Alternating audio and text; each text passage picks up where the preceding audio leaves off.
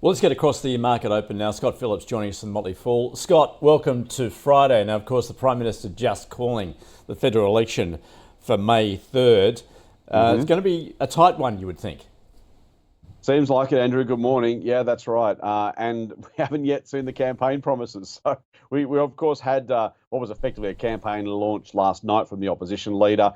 The Treasurer, a more traditional budget style, but of course, as they always do, banging the drum on their own credentials and why they should be, that the party returned to government on May 3.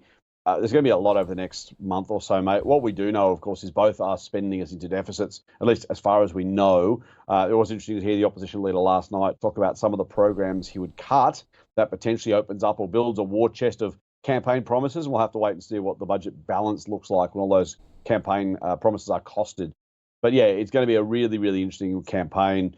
Not a lot to really move the dial this week in terms of the announcements, less companies specifically. And again, what happens to the economy over the next 3 years after someone is either elected or re-elected will be speculation that we can take in due course. But probably nothing to move markets meaningfully, other than getting the election campaign out of the way is always good. We say all the time the market hates uncertainty. Come May 4, we'll know who the new or returned Prime Minister will be, and then we can kind of get on with life after that. Scott, of course, also before then, markets very much looking ahead to April 2nd when Donald Trump will unveil a raft of tariffs. He did so yesterday, of course, in terms of cars and car parts. Are you seeing any impact here in Australia, do you think? We saw a little bit yesterday, mate. So the auto kind of parts, the 25% tariff Trump is throwing on top of this stuff just because he likes to do these sort of things. ARB was down. I own shares, by the way. PWR was down. Eagers was down. Whether that was just because the market was down or whether people are genuinely worried, it's kind of hard to know. I mean, Eagers is really only tangentially related. PWR says they've got operations all over the place. ARB does a lot of manufacturing in Asia and here in Australia. They may well take a hit on the competitiveness of their products going into the US. We'll have to wait and see how all that nets out. And then you're right, April 2 is the next step, the next cab off the rank. This is going to be the case, mate. It's going to be the story. I've said very clearly before, tariffs are ridiculous, and Trump is pursuing a political agenda, not an economic one. That's just the reality, right? Tariffs make absolutely no sense. There's no serious economists who think this is a good idea, and yet they're the cards we're dealt, right? He's president for at least another almost 4 years, so we're going to have to get used to that sort of situation. Does it make our companies think about diversifying their manufacturing? Probably. Their markets, yes, absolutely. So there's probably not. I'm looking for silver linings, let's be honest. Any tariff is going to hurt, right? It's just going to, because it makes our products less competitive relative to US products. Even if there's no US substitute, it makes our products more expensive, so they're less likely to be used. We know supply and demand just works that way. Yes, it's easier when there are substitute goods. If not, people are going to use less of our stuff, use something else instead, or just not do it at all. So it's going to hurt. The US is the largest economy and the world's largest consumer economy by miles. And so that's where we sit. We're going to have to just grin and bear it, try and make the best of it. It doesn't seem at the moment there are meaningful ongoing issues for any of these companies, but I guess that'll fall out as we go ahead. Indeed. Now, meanwhile, locally, M&A continues. In fact, been a bit of news this week. That deal for Domain has been sweetened. How are you seeing that? And I guess the implications there for Nine, given it's the majority owner. Yeah, mate, this is huge. So CoStar, the US mob, bid 420 originally. They've upped that to 443. Nine wanted 465. Turns out 443 is exactly halfway between. And that seems to be enough to have got the deal over the line. Nine haven't formally accepted the deal, but reports are that they're happy enough with the increased price, and they'll still be parting way with their Domain shares. Now, Nine only owns 60% of it. It's possible the deal still doesn't go through and doesn't get large enough acceptances from other shareholders. But given where the share price, given where the share price was before this deal was announced, no one's saying no. The best we can hope for is a third, so a bid from somewhere else maybe, but realistically that would have come by now. So it seems like a done deal. You're right. The question then is Nine, and this is the big one. So Domain shareholders get their cash. Nine, as 60% shareholder of Domain, gets its cash. And then what? What does it do?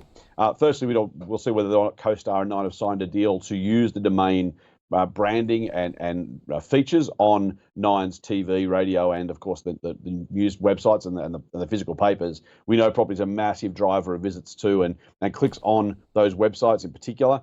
So Nine won't want to lose that volume.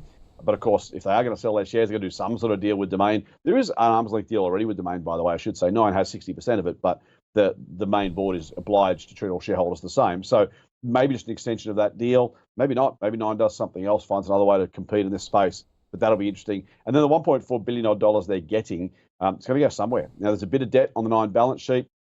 They can give it back to shareholders, they can invest it in growth, or they can go for new acquisitions. And that's going to be fascinating as well, because Nine has been rumored to be selling its radio division, or at least on the block in the next 12 months. So you kind of think, well, they cashed up from Domain, not a lot of cash for the radio business, but it would change the story potentially. By the way, it wasn't that long ago Nine bought the radio stuff in-house in Sydney, and I think in some other capitals. So a bit of an in and out kind of process there for Nine. The growth is going to be the challenge. Domain has been the largest growth part of its business for the longest time. They've got some great properties. You know, the TV, the radio, the news mastheads, they are quality properties. They're just not growing. You know, money is going elsewhere, eyeballs are going elsewhere. And so they've got to work out what to do with this money. And it's going to be, for Nine shareholders, a bit of a kind of look through your fingers, right? Nice to get the cash back straight away. That's probably what most shareholders would prefer. But if you own Nine, I guess you like the future of the business. And so you're looking at how they might deploy that cash in some sort of growth or acquisition mode. You just hope it's not throwing good money after bad. If those businesses aren't going to grow, doing more of the same is probably not the best thing for Nine.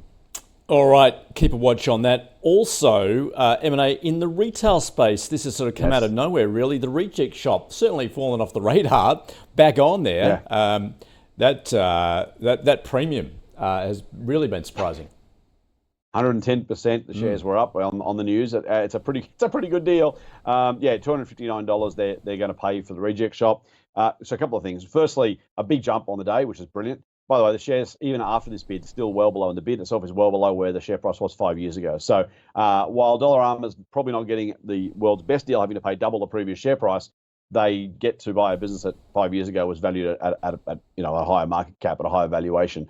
And that's kind of the story of the Reject Shop over the last 5 years. It's been really disappointing. A couple of missteps in a row, just couldn't quite make it work. It's fine now, it's okay. Dollarama is going to double the store count, according to the announcement from the Reject Shop. And that's meaningful for a whole lot of things. Meaningful for the Reject Shop, obviously, or Dollarama as the new owner. Meaningful for retail competition. And Reject Shop really struggled on so many different fronts. It was the online shopping stuff, not so much the coupon, Groupon stuff, that was a bit early. But there's so many places you can get cheap discount stuff now online. And Kmart and Big W over that period of time moved away from what was their previous branded product strategy to just the round number dollar straight out of Asia clothing, food, kitchenware. That kind of stuff is just really cheap at those places now. And so the Reject Shop's market opportunity kind of shrank. And you went from these shops that people like shopping at, Big W and Kmart, big stores, well lit, all that kind of stuff. Reject Shop was kind of the discount bin. You'd go and kind of rummage through the place. The department store pretty much cut its lunch. Now, Dollarama coming into this space will be trying to upset that apple cart. Whether they can is an open question. The dollar store kind of idea is massive in North America, so we'll see how that happens. Also worth pointing out, the Dollarama are a Canadian company looking to Australia for growth. You don't draw too many conclusions. Maybe this has been on the radar for ages, but given the challenges between the US and Canada, it's entirely possible the Canadian businesses are looking around the rest of the world and saying, where else can we do business, rather than assuming we can do business in the US. So that's just a nice little geopolitical angle to this one. Whether they say as much, I don't know. Whether it's even true, we don't know. I'm speculating, but it's just interesting to think about. We just talked about tariffs. What might change in terms of deal flows as a result of these things as well.